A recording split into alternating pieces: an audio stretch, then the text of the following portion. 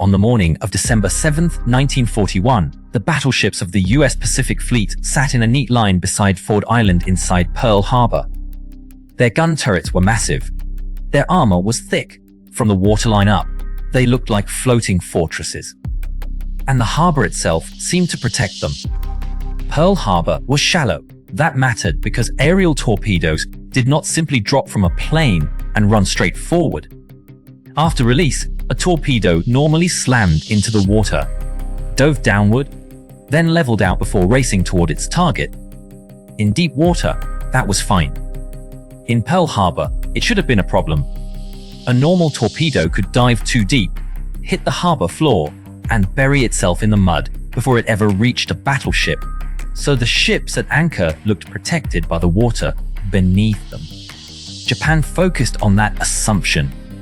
They did not need to punch through the thickest deck armor. They did not need to fight the American battle line in open water. They only needed one thing: a torpedo that could survive the shallow drop, level out fast, and hit the side of the ship at the waterline. That was the weakness. If the waterline opened, the ocean would do the rest. To make that possible, Japanese engineers modified the Type 91 aerial torpedo.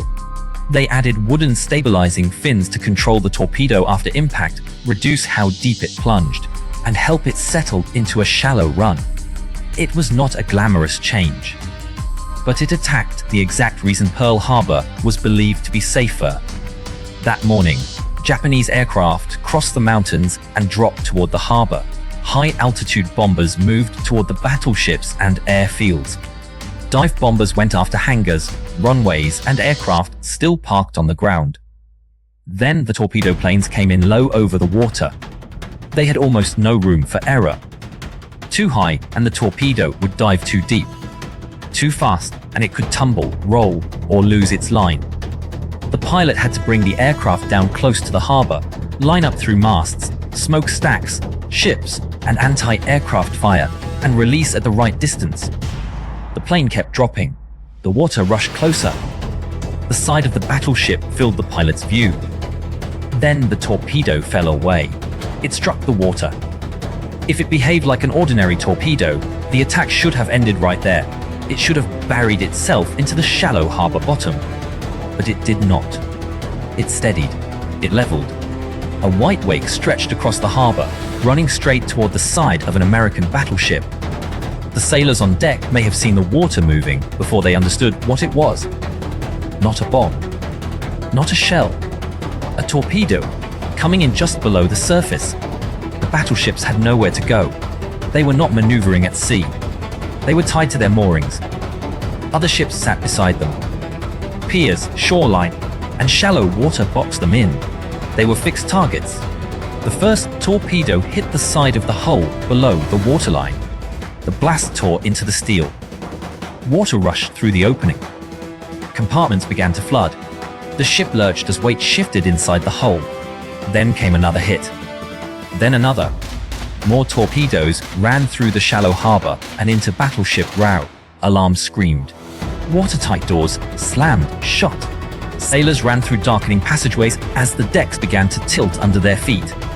Some raced toward their guns. Some climbed for open air. Others were already trapped below as water poured in. USS Oklahoma was hit by multiple torpedoes. Her side was ripped open again and again. Water flooded in so fast that the ship began to roll. The angle grew worse, then unstoppable. The battleship capsized inside her own harbor. Not in a long-range gun duel. Not in open ocean battle. In the place where shallow water was supposed to make torpedo attack nearly impossible. USS West Virginia was also hammered by torpedoes.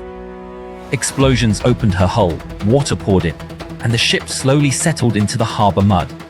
She was not blown apart in one instant. She was robbed of the one thing every ship needs to stay alive: buoyancy. Pearl Harbor saw even greater destruction that day. USS Arizona was destroyed when a bomb detonated her forward magazine. That was a different disaster. But the torpedo attack proved something colder. Shallow water did not save the battleships, because Japan did not force ordinary torpedoes into an impossible harbor. Japan changed the torpedoes. American planners saw a harbor too shallow for this kind of attack. Japanese planners saw a row of high-value ships unable to maneuver, perfectly exposed along the waterline. Pearl Harbor was not only a failure of warning, it was a failure of assumption. The water did not get deeper. The channel did not get wider. The battleships did not suddenly become weak. The torpedo changed. And that small modification turned the proudest ships of the US Pacific Fleet into targets that could not move. The real danger is not just that an enemy is bold enough to attack. It is that the enemy already understands why you believe you are safe. If you want more breakdowns of modern warfare, historic surprise attacks, and the small details that change the rules of battle, follow the channel and visit the homepage for more stories. Thanks for watching. We'll see you on the next battle.